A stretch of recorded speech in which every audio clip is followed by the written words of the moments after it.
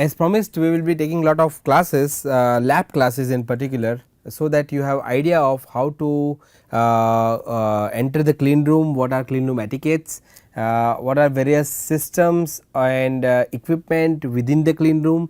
Additionally, we will also show you lot of interfacing modules.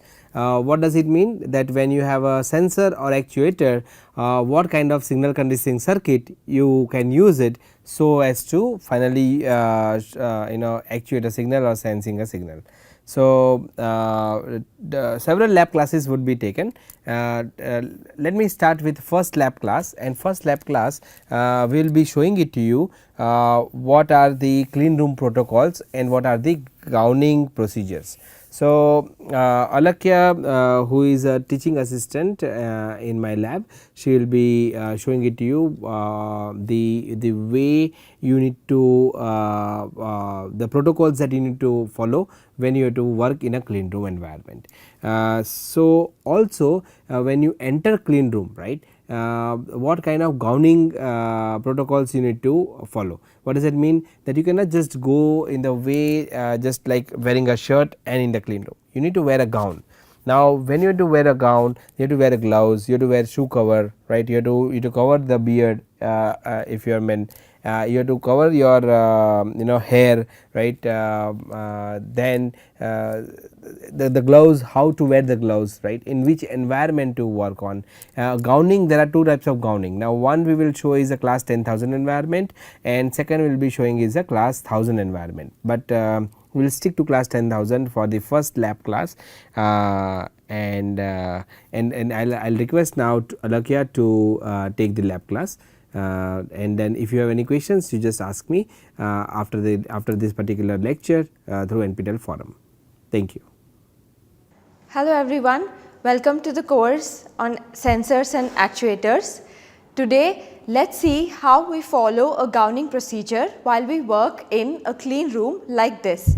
I am sure you are all inquisitive about the course, what goes into the entire module. So, we will be studying about how to fabricate MEMS based biosensors, how to characterize these sensors. The entire fabrication procedure will be taught to you by Professor Hardik, and once you get a hands on or just know as to the process flow about fabricating the device, then you know how to characterize them and how it goes into a system where there is electronic modules which will be integrated onto the sensors, and then the entire system can be characterized, tested and used for the application.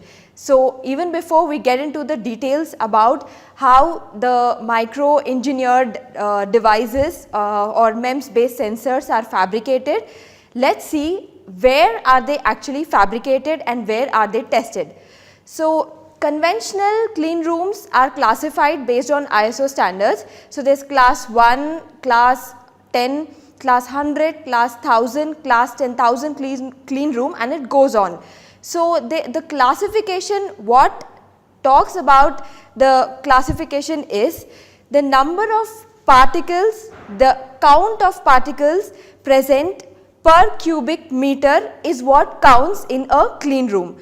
So, what we have here in the facility in DESE, the Department of Electronic Systems Engineering in IISc Bangalore, is we have a class 10,000 clean room. So, when we are talking about class 10,000 clean room, so there is approximately, so I insist you could go back and check over the internet the number of particulate counts that are permitted for this class of clean room for the given area. So, approximately it should be around 20,000 particles of size greater than 5 micron should be limited for the given cubic meter area. So, now that we have understood how clean room has been classified based on the particle size, its count in the given area, how do we maintain such environment? How do we have such kind of clean room protocols which are to be followed, and how to establish an environment to do the process, like to fabricate sensors or to even study or characterize these sensors. So, where I am standing today is a class 10,000 clean room, and there is a certain protocol which needs to be followed. Mainly because you don't want to contaminate. Like I said, there's stringent rules on the particulate count in a clean room. In order to limit this, in order to limit the amount of contamination in a clean room, we follow gowning procedure. So initially you see me having a lab coat. So let's see in sequence what is the gowning procedure which has to be followed even before you enter the clean room and start working or characterizing or understanding how your devices have to be fabricated or tested. So today let's see the gowning procedure while you work in a clean room environment like this, and here I am talking about a class 10,000 clean room. Let's see how we follow the sequential process of gowning.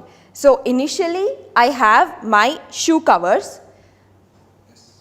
Initially, like you see, I have shoe covers on top of my shoes.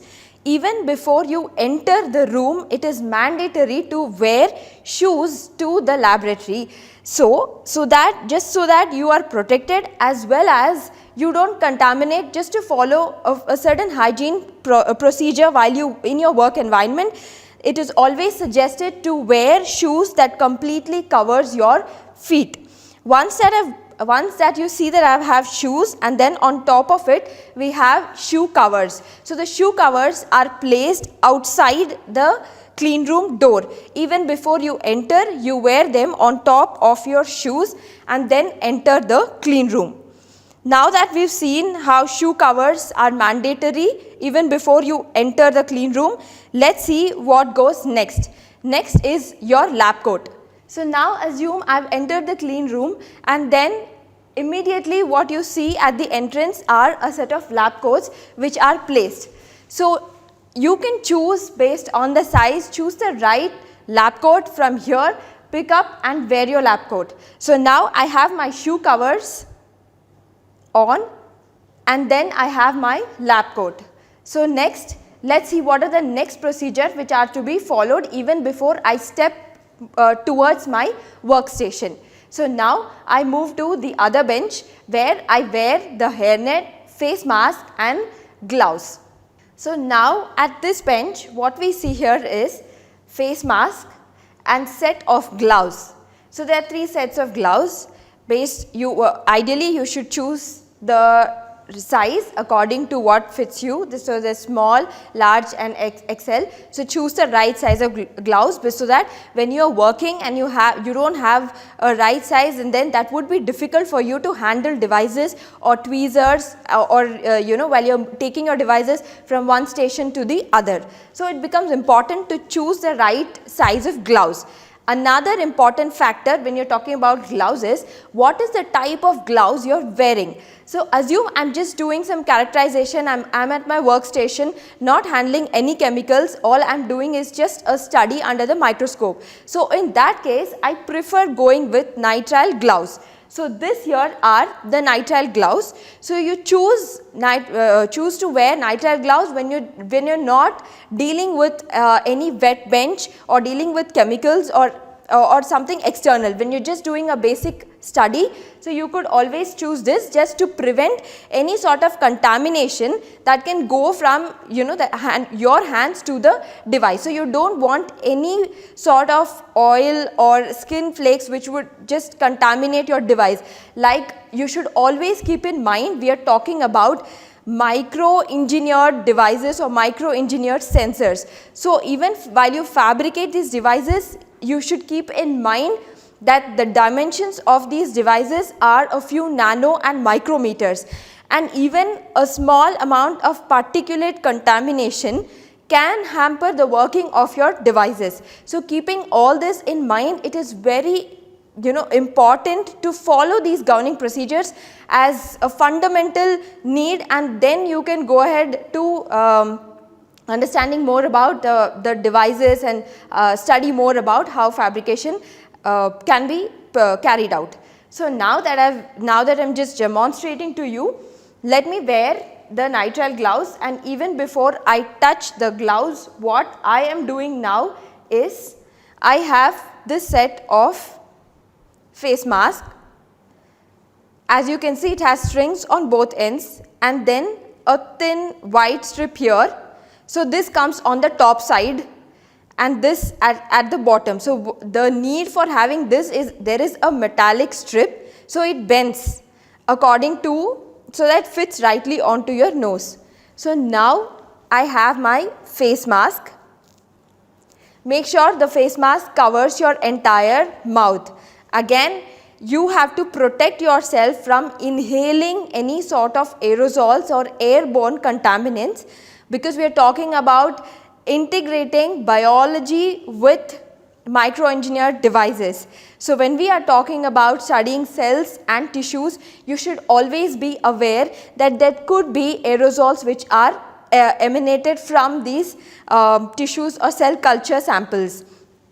And again, the advantage of having the face mask is twofold. Protect yourself from these aerosols, which is priority, and on the second hand, you don't want to contaminate the environment. So even smallest cough or sneeze could contaminate the air which is surrounding us. So now that we've understood how stringent the gowning procedure is or has to be followed in order to maintain the environment in a class 10,000 clean room. After I have worn the face mask, the next thing what I am doing is I have the hairnet here.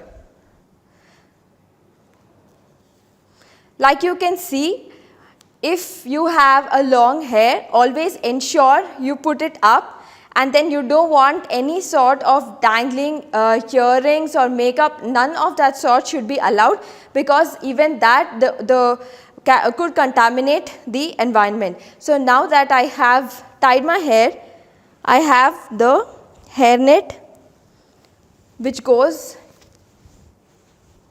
covering my complete hair and the head.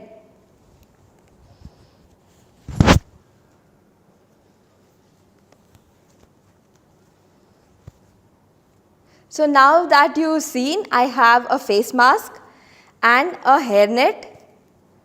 What I would do next is use the gloves. So now what happens is, what if I just picked up the gloves and then wear my face mask? So what happens is, the gloves, while you touch your skin or hair, there could be contamination, there could be oil or sweat which could contaminate your gloves, and then when you are handling your devices with the same contaminated gloves, that could hamper your the characterization or the working of your device. So finally what I do is wear the gloves after wearing my face mask and hairnet.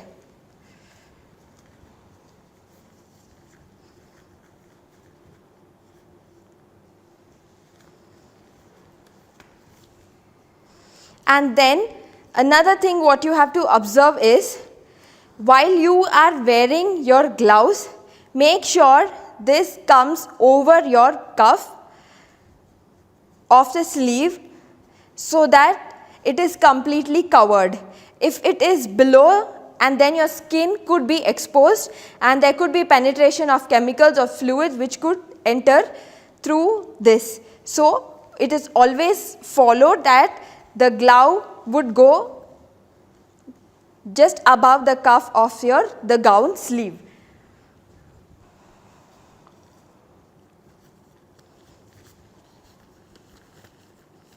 And this what I am wearing now is a simple nitrile glove. Like I mentioned, if you are working on wet bench and you're doing some sort of wet bench activity, so you will understand more about what wet bench is and what is it used for. You would understand that you would be using chemicals like HF, which is the most dangerous chemical the man has ever known, and it could penetrate as through your skin and even into the bone. So wet bench is that you need to follow gowning procedure very stringently while you work in wet bench. And then the type of gloves what you choose in wet bench is you wear the thick silicone or the MAPA gloves. So again, there is a different set of classification for the type of gloves which has to be followed depending on your workstation. So understand what is the type of work what you would be doing and what is the type of the gloves or the equipment which you have to wear, which would suit your work environment. Now that I have my gloves and the remaining thing, assume I would be working with light source which has high intensity. So assume there's laser source and I'll be working using that to do some sort of characterization. When it is important to understand that when high intensity light falls, it could harm your skin or it could even damage your retina or your eyesight. Another important thing which has to be followed while you gown in clean room is wearing your the glasses. So it's there on the other end of this bench. So let me go there and show you how those glasses have to be used in case you are dealing with high intensity lights or wavelengths of lights which could affect your eyesight.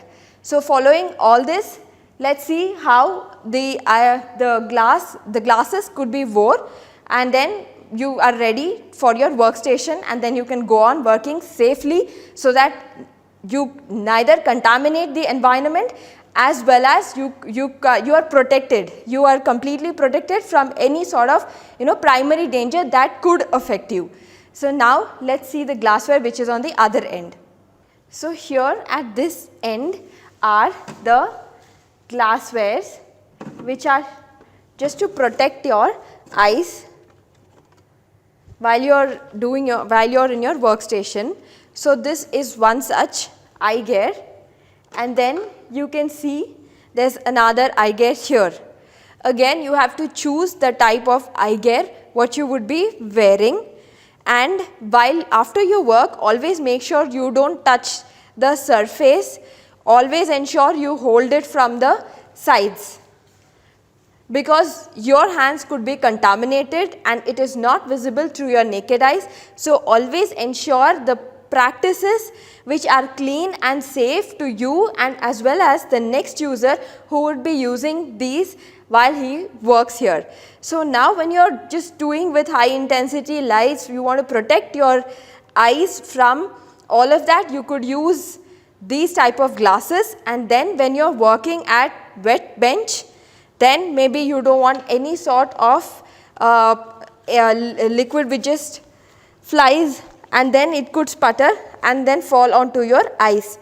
In order to protect it completely from all sides, you have an eye gear something like this. So make sure you have it properly fixed onto your eyes. In case you have specs or you're using assistance, then you could always wear your specs on top and then use these gears on top of your specs so that your vision is not hampered.